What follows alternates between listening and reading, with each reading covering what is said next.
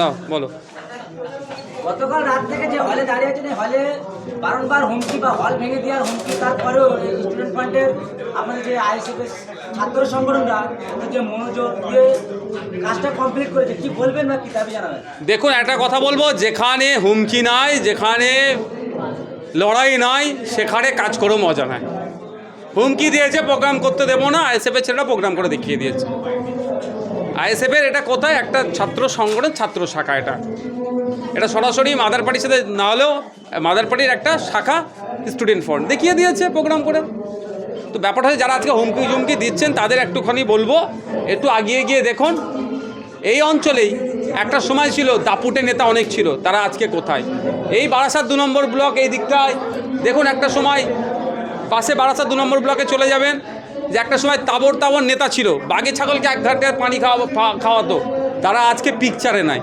সময় কথা বলে। আজকে যারা ক্ষমতার দম্ভ দেখিয়ে এই ধরনের এই বাচ্চা ছাত্ররা সমাজ বদলানোর স্বপ্ন নিয়ে একটা প্রোগ্রাম করতে আসছে, তাদেরকে ডিস্টার্ব করার জন্য এই হুমকি দিয়ে ভয় দেখানোর চেষ্টা করেছিল, তাদের বলবো সময় আপনাদেরকে ছাড়বে না, সময় আপনাদেরকে ক্ষমা করবে না। আপনারা আপনাদেরটা সময়ের সাথে সাথে বুঝে যাবেন। তবে এই স্টুডেন্ট ফ্রন্টের ছেলেদেরকে প্রতিশোধ নিতে হবে না, সময় আপনাদের সাথে প্রতিশোধ নিয়ে নেবে। তাহলে কি বারাসাতের মাটি যে স্টুডেন্ট ফ্রন্ট বা যে কলেজ ইউনিয়ন তাহলে কি নরম হয়ে পড়েছে, বা আইএসএফের ছাত্র সংগঠন শক্ত করে তুলেছে বলেই কি তারা এই হুমকি চুমকি চালাচ্ছে, কি বলবেন? কখন আপনার সমালোচনা হয়, কখন আপনার বিরুদ্ধে কথা হয়? যখন আপনার অ্যাক্টিভিটি অন্যের ঈর্ষা হয়ে দাঁড়ায়। তো স্টুডেন্ট ফ্রন্টের অ্যাক্টিভিটি অন্যের ঈর্ষা হয়ে দাঁড়াচ্ছে, ফলে এই ধরনের হচ্ছে, চাপ দিচ্ছে, এ করছে।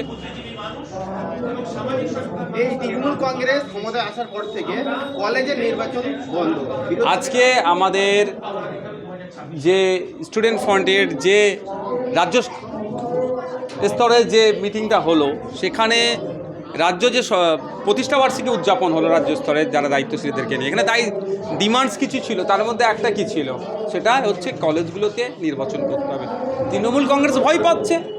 আমি দায়িত্ব নিয়ে বলছি, শান্তিপূর্ণ নির্বাচন এলে পঞ্চায়েতের মেম্বার থেকে শুরু করে সমিতি, সমবায় সমিতি, মাদ্রাসা ম্যানেজিং কমিটি, কলেজের নির্বাচন, বিধায়ক এমএলএ নির্বাচন, এমপি নির্বাচন পর্যন্ত তৃণমূল কংগ্রেস শূন্যতে ফিরবে।